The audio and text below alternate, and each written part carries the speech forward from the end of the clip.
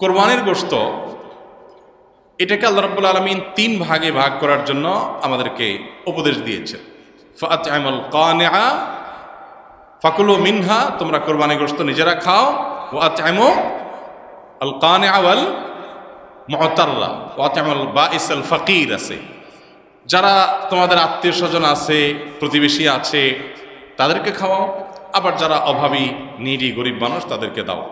তার মানে নিজে খাবেন, আত্মীয় স্বজনদের মধ্যে হাদিয়া উপঢৌকন দিবেন, আর গরিব দুঃখীদেরকেও খাওয়াবেন।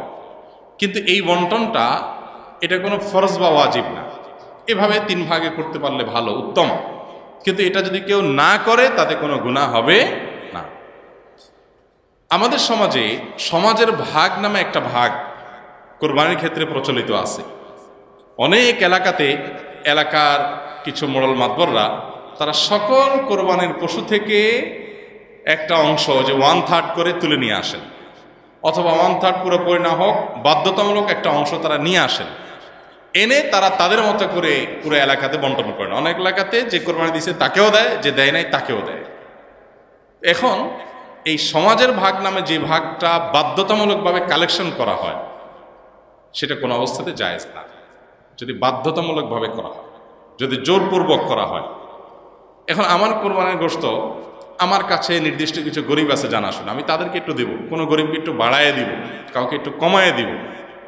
আমার হয়তো আরো দূরে কোনো আত্মীয় আছে, তাকে আমি একটু পাঠাবো।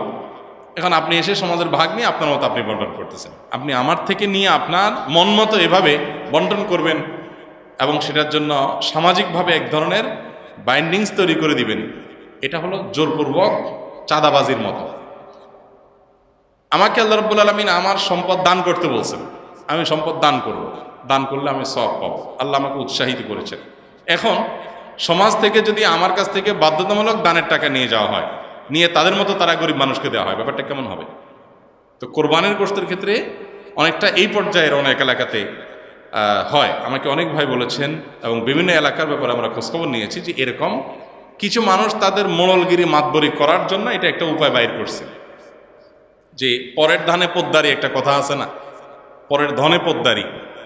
তো অন্যদের কাছ থেকে গোশত কালেকশন করে এনে উনি এবার এই প্যাকেট দিচ্ছে, ওখানে প্যাকেট দিচ্ছে, ইমাম সাহেবকে দিচ্ছে, মজলিস সাহেবকে দিচ্ছে, উনি এখন মোড়ল হয়ে গেছে।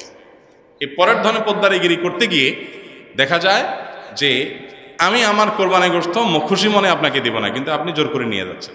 সিস্টেম দিতে হবে, উপায় নেই। জোর করা বলতে কি টানাটানি করা লাগে না, সিস্টেমটাই এমন করা হয়েছে যেটা না দিয়ে কোনো উপায় নেই।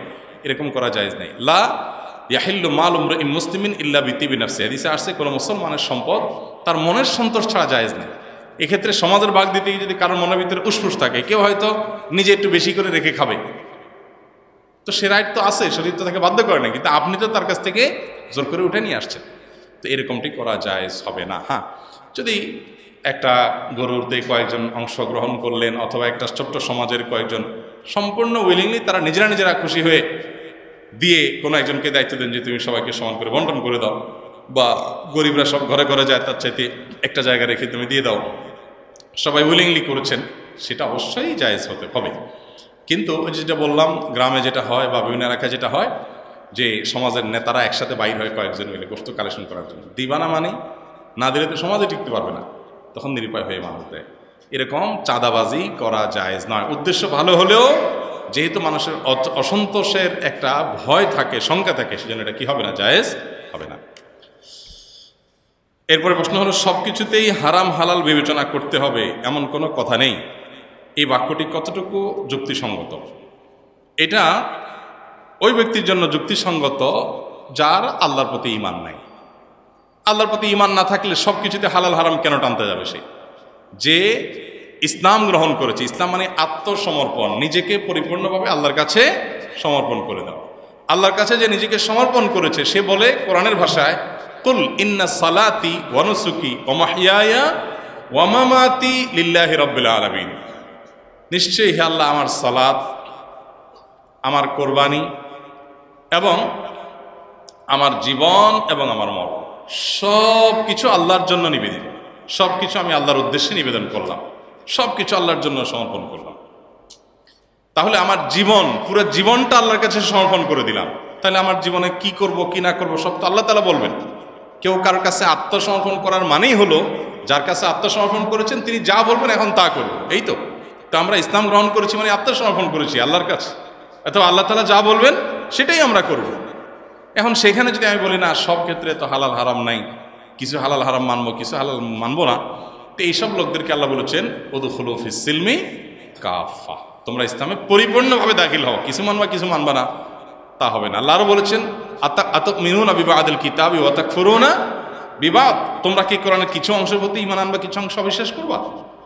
তো এই বিষয়গুলো ওই ব্যক্তির জন্য প্রযোজ্য যে ব্যক্তি আল্লাহর প্রতি ঈমান আনে নাই। যে ব্যক্তি ঈমান এনেছে তার মুখে এরকম কথা মানায় না, সে পরিপূর্ণ নিজেকে আল্লাহর কাছে সমর্পণ করেছে, অতএব আল্লাহ যা বলবেন সেটাই তার একমাত্র করণীয় হবে, একমাত্র বর্জনীয় হবে।